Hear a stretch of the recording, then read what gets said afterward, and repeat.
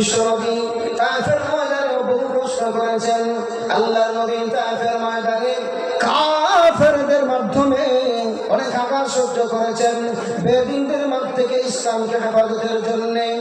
ও আমার ভাইরা, বিশ্বনবী তায়েফের ময়দানে কেমন কান্না করছেন জানেননি? আল্লাহর নবী সাল্লাল্লাহু আলাইহি ওয়াসাল্লাম